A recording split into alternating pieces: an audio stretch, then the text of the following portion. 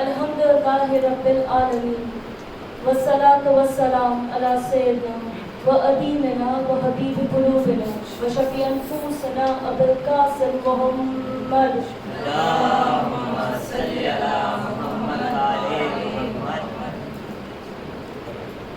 وعلی اہل بیتہ الطیبین الطاہرین واصحابہ الغر المیامین الحمدللہ الذی جعلنا من المتمسکین بولائے سیدی مولاي علی بن ابی طالب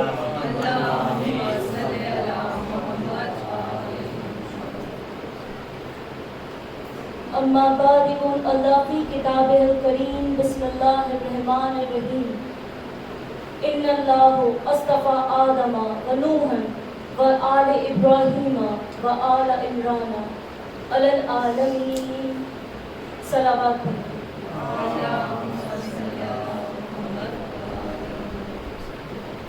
عزاداری کیا ہے؟ آج بہت لوگ ہیں کہہ رہے ہیں کہ اس سال کی عزاداری بہت مشکل ہے کیونکہ ہم سواریوں میں نہیں جا پا رہے ہیں، ہم امام بارگاہ میں نہیں جا پا رہے ہیں، پر آج جو ہمیں عزاداری ملی ہے یہ بہت آسان ہے۔ ایک وہ وقت تھا جہاں اگر کسی کو یہ تک پتہ لگ جاتا تھا کہ کوئی امام علی علیہ السلام، امام حسن یا امام حسین علیہ السلام کا ماننے والا ہے تو اسے وہیں پر ہی قتل کر دیا جاتا تھا۔ لوگ اپنے گھروں میں چھپ کر عزاداری کرتے تھے، اپنے گھروں میں ہی فرش عزا بچھاتے تھے، اپنے بچوں کو مصائب سنایا کرتے تھے جس سے نسل در نسل امام حسین علیہ السلام کو لوگ یاد رکھیں اور ٹی وی کو پرسا دے سکیں۔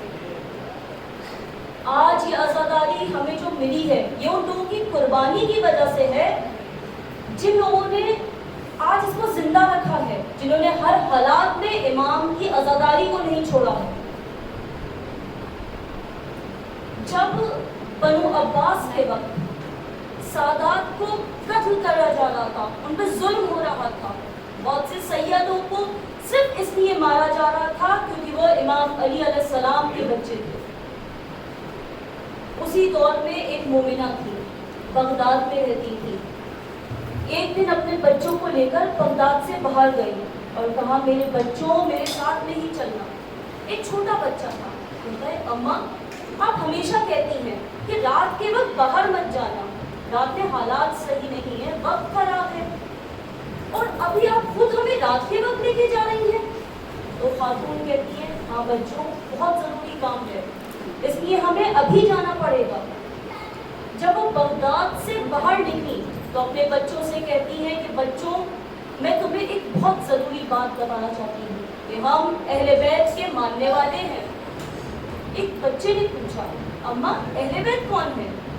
ان کی اماں نے کہا بچوں محرم کا مہینہ شروع ہو گیا ہے، اس مہینے میں ہمارے مولا حسین علیہ السلام کو شہید کیا گیا تھا۔ مولا کا ایک بیٹا تھا علی اصغر اور ایک بیٹا تھا علی اکبر، ایک کو تیر لگا تھا اور ایک کو پرچھی لگی تھی۔ ایک مولا حسن کا بیٹا تھا جس کے لاشیں کو پامال کیا گیا تھا۔ پھر ایک ایک کر کے اس مومنہ نے سارے مصائب اپنے بچوں کو سنائے۔ مصائب سنتے ہی بچے رونے لگے کہ اماں اتنے مظلوم تھے ہمارے امام کو اتنے غربت میں شہید کیا گیا تھا۔ پھر انہوں نے بچوں سے کہا کہ بچوں کیا تمہیں مصائب یاد ہو گئے؟ تو اس میں سے ایک بچہ آگے آیا کہ اماں مجھے مصائب یاد ہو گیا ہے۔ تو مومنہ نے کہا بیٹا اب تو یہ مصائب بیٹھ کے سنا جس سے میں رو لوں، کچھ دیر کے لیے تو مجھے مصائب سنا دے جس سے میں رو کر پرساد میری بیوی کو دے سکوں۔ یہ عزاداری آج جو ہمیں ملی ہے اس کے لیے کتنے ہی لوگ قربان ہوئے ہیں۔ امام سجاد علیہ السلام نے جس بیوی کو ام المصائب کہا ہے آج ہمیں اپنی مجلس میں اس بیوی کو پرسا دینا ہے۔ آج ہمیں بی بی زینب سلام اللہ علیہا کو پرسا دینا ہے۔ صلوات پڑھیں۔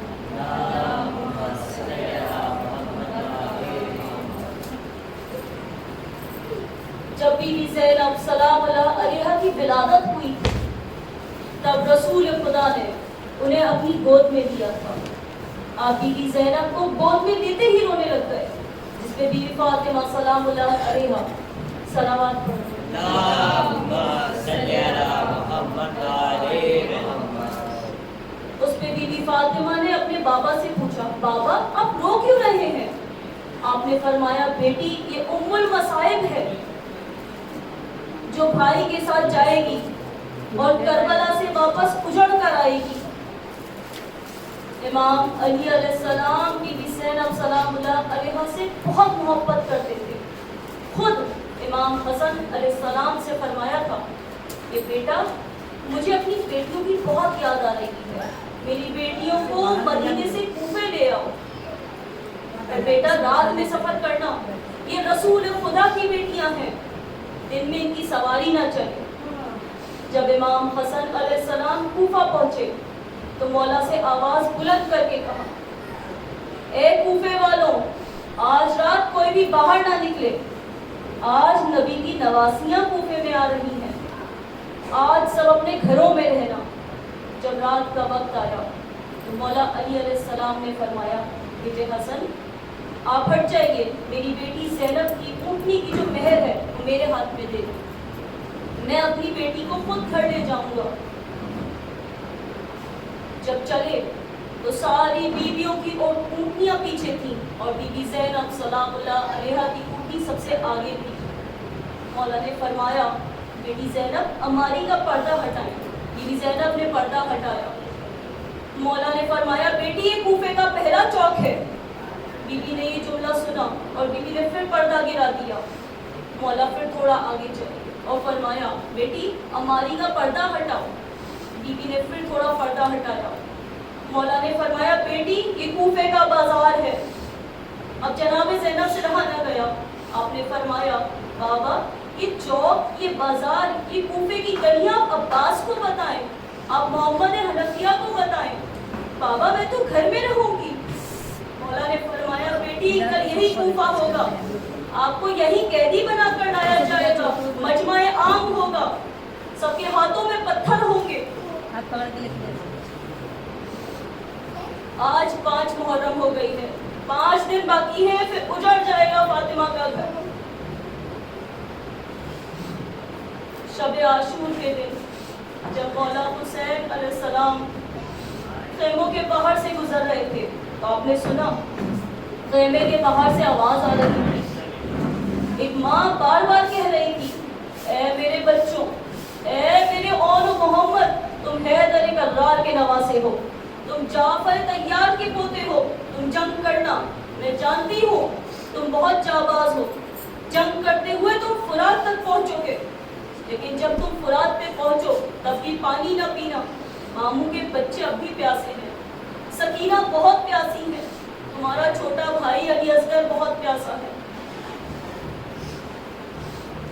آج ہمیں بی بی زینب کو حضرت اول محمد کا پرسہ دینا ہے، اس ماں کو پرسہ دینا ہے جس کے بھائی، بیٹے، بھانجے سب بی بی کے سامنے شہید ہوئے۔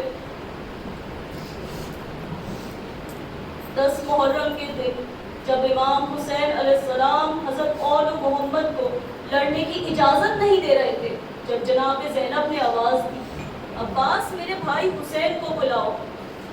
جب امام خیمے میں آئے تو بی بی نے فرمایا کہ بھائی آپ میرے اول محمد کو لڑنے کی اجازت کیوں نہیں دے رہے ہیں؟ مولا نے فرمایا، بہن نہ جانے عبداللہ ابن جعفر طیار ہے یا نہیں ہے ان کی شہادت سے۔